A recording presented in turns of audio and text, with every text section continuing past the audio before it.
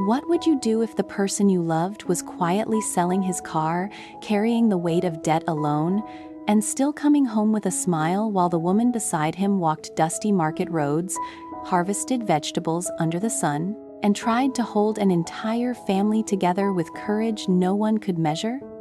Some stories do not begin with a car crash, a wedding scandal, or a public betrayal.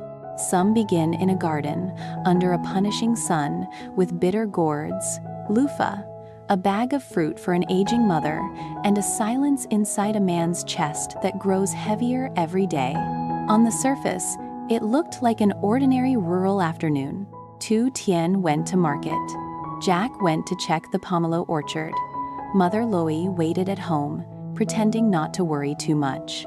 But beneath those ordinary movements, each of them was carrying something fragile: debt, guilt, love, exhaustion, and the stubborn hope that if they kept enduring one more day, life might eventually soften.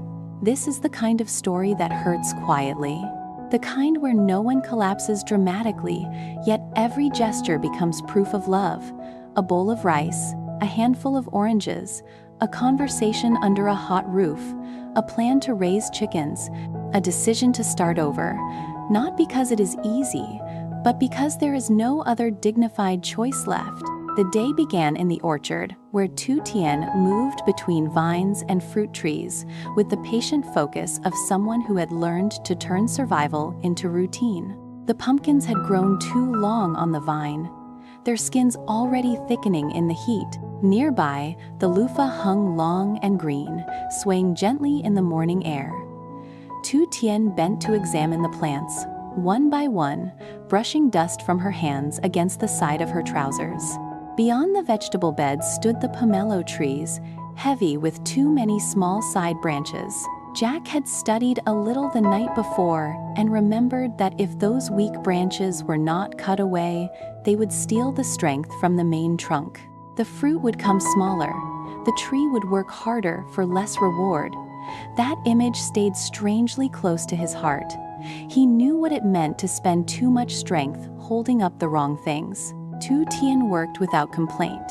She harvested the loofah, chose the pumpkins that were ready, then tied them carefully for market. There was no wasted movement in her body. Every gesture came from long habit, from a childhood that had taught her how to live close to the earth, how to bend before hardship without letting it break her. Under the gathering heat, she told herself the same thing she had been telling herself for weeks. If she kept going, if she kept selling a little every day, then by the end of the year, there might be something to hold on to. Not wealth, not security in any grand sense, but something. By midday, she was at the market, sitting on a low stool beside her produce, calling gently to passing women and elderly shoppers. Fresh loofah, fresh pumpkin, please have a look. It was never glamorous work, but the market had its own rhythm and dignity. The smell of vegetables, fish, dust, pork fat, ripe fruit, sweat, and sunlight all mixed together into something very human. Tu Tien, sold by the kilo, bargained softly when people asked, borrowed a scale from the woman next to her, cut one squash in half for a customer who did not want too much, and laughed politely whenever someone complained that the pumpkin was too big. There was no room for pride here, only effort. And yet the effort itself had a kind of nobility, because it was honest. When the vegetables were almost gone, she bought 2 kilos of pork fat. Then she stopped at another stall to buy oranges for Mother Loy. She had heard the fruit was sweet and thought the older woman might enjoy them. That was how Tu Tien loved people, not through dramatic speeches, but through the small instinct to remember what their bodies might need and what their hearts might quietly appreciate. By the time she reached Mother Loy's house, sweat had dampened her blouse, and the market dust still clung to the hem of her trousers. But she smiled the moment she stepped inside.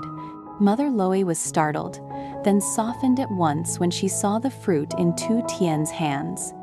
She urged her to sit, to wipe the sweat from her face, to rest a little. The room was simple, warm, and thick with the kind of worry older people try to hide and never quite can. Tu Tien told her she had just come back from market, that the loofah and pumpkins had sold out well again, that the nearby markets now knew her and trusted that what she brought was clean and fresh.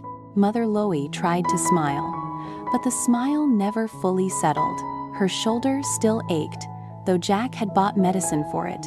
Her deeper pain had nothing to do with her shoulder. It lived in the debt, in the bank deadline approaching too quickly, in the knowledge that her son had already poured nearly everything into the company. She confessed, in that tired, trembling way mothers sometimes do, that she knew Jack must be under terrible pressure, even if he refused to show it. He always said things were under control. He always protected the people around him from the full truth. But she knew her son. She knew how far he would go before admitting hardship. Then Tu Tien said it without realizing how deep the words would cut. Jack had sold the car. Mother Ly went still. She had not known. Jack had hidden it from her, perhaps because he understood too well what it would do to her heart. She began blaming herself at once, saying she had been foolish, that because of her problems the children were now suffering, that Jack must have been desperate to sell something so important and still return home, pretending everything was manageable. Tu Tien immediately moved closer, holding her hand, speaking softly. Jack would never blame her. He loved her too much for that. He only wanted her old age to be peaceful, not filled with guilt. That was why he kept so much inside. There was a pause then, one of those pauses where grief does not speak but sits down in the room and makes itself known. Mother Ly cried quietly. Tu Tien comforted her in the most practical way possible, telling her not to skip her medicine, asking her to eat the oranges, reminding her again and again that Jack did not want to see her tormented like this. Then, because love in this family always had to move back toward work, they began talking about the farm again, about tomatoes that had sold well, about planting more vegetables, about maybe going to the old plot and raising chickens, about how a broad garden, if cared for properly, could become one more source of income. It was in this conversation that the story revealed its real heartbeat. No one in that house believed a miracle would descend and solve everything overnight. They were speaking instead about survival, about tomatoes, eggs, vegetables, medicine, and markets. Yet hidden inside those practical details was something profoundly emotional. They were still making plans together. No one had given up on tomorrow. After leaving Mother Ly's house, Tu Tien returned to the farm with the pork fat and oranges distributed, her thoughts full of both tenderness and worry. Back in the orchard, Jack was still working. He had spent part of the day trimming unnecessary branches from the pomelo trees, remembering what he had read and trying to apply it carefully. If the weaker shoots were left untouched, they would consume the tree's strength and give nothing back. He cut branch after branch, sweat running down his temples, and thought about his own life in exactly those terms. What had he been feeding that no longer fed him back? Debt? Pride? Reputation? The image of being strong? The refusal to let anyone see how tired he really was? He told himself that after this pruning trip, he would go ask an old acquaintance who worked in agriculture for advice. The orchard had potential. If he cared for it properly through the year, it might produce something worthwhile. He needed that possibility now. Fate, or perhaps just rural coincidence, placed that acquaintance in his path before the day ended. On the road back, Jack stopped for water and unexpectedly ran into Tu Tien, an old classmate. Unlike the mocking men who had wounded him before, Tu Tien greeted him warmly. He was dressed simply, sun-browned, relaxed, and spoke with the calm confidence of someone who had already chosen a life outside the city's brutal race. When Jack mentioned he had recently taken over a pomelo plot and wanted to learn more about farming, Tu Tien immediately invited him to see the orchard. What followed became one of the most important turns in Jack's thinking. Tuan's land was vast, carefully organized, alive with citrus, custard apples, Buddha's hand fruit, fish ponds, and short-term crops grown between the rows. The pomelo trees had been planted years before and now stood broad and healthy. Tuan explained everything with patient detail: how he shaped the canopy, how he chose seedlings, how he handled disease, how weather mattered, how pollination sometimes had to be done by hand, how labor costs rose, how certain fruits brought higher returns, how different crops balanced one another over the year. Jack listened like a man waking up to a second language he should have learned sooner. The farm was not easy. Tuan never pretended otherwise, but it was real, tangible, grounded. If the city was a battlefield, then this was another kind of struggle, one where labor, weather, knowledge, and patience met each other honestly.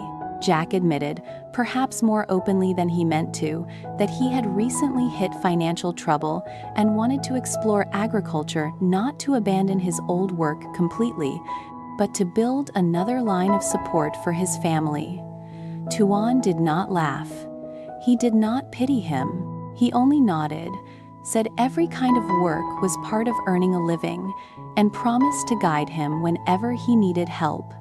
That promise steadied Jack more than he expected. As he prepared to leave, Tuan noticed the motorcycle and casually asked why Jack was no longer driving a car. Jack answered simply that he had sold it because of economic pressure. There was no mockery in Tuan's face, only understanding. That alone made the answer easier to bear. When Jack finally got home, evening had already begun to gather. From the kitchen came the smell of fried pork fat and pickled vegetables. Tu Tien called out for him to wash his face and hands because dinner was ready. There was something about that voice that always made the house feel like a refuge, even on the worst days. He stepped inside, tired but lighter than he had been that morning. The meal was simple: rice, stir-fried pickled greens with crisp pork cracklings, fried egg with pepper, and no soup because Tu Tien had been too busy. She apologized for that, but Jack only laughed softly and told her the food already smelled wonderful. The small table, the hot room, the rough dishes, the sound of chopsticks against bowls, none of it carried luxury.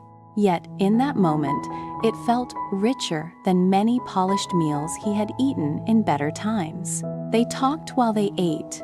Tu Tien asked whether he had remembered to carry water in that harsh heat. He admitted he had forgotten.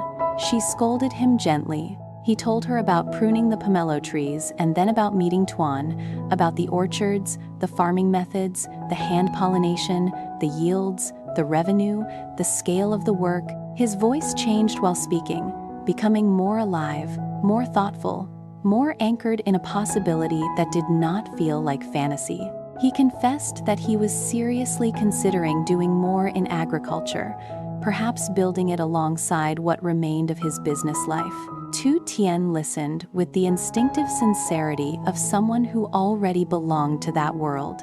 If it was farming, she said, then she supported it fully. She knew the fields. She knew vegetables, orchards, animals, markets. She did not romanticize the hardship, but neither did she fear it. She even told him that if he wanted, she could help with the orchard and they could also begin building a chicken coop near the old plot. Eggs could be sold, vegetables could be rotated. There were ways to slowly create income if they stayed disciplined. Then, in the middle of that warm, practical conversation, another shadow returned. Tu Tien admitted that she had accidentally told Mother Loy about the car. Jack paused. This was the painful quiet before reaction. He had wanted to tell his mother later, after settling more of the trouble, after shielding her from one more unnecessary blow. But the truth was already out. Tu Tien apologized at once, saying she had forgotten to ask first and only realized too late how deeply it would upset the older woman. Jack did not blame her. He only sighed and said what he had always believed. Telling his mother too much too soon would only make her suffer more. Still, the damage had been done, and now Mother Loie was crying and blaming herself. Here, Jack made his dignified but painful choice.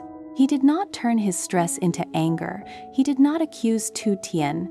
He simply absorbed the moment, just as he had absorbed so many others, and shifted the conversation gently back toward what could still be done. If the company had fewer demands now, he said, then he would spend more time at home.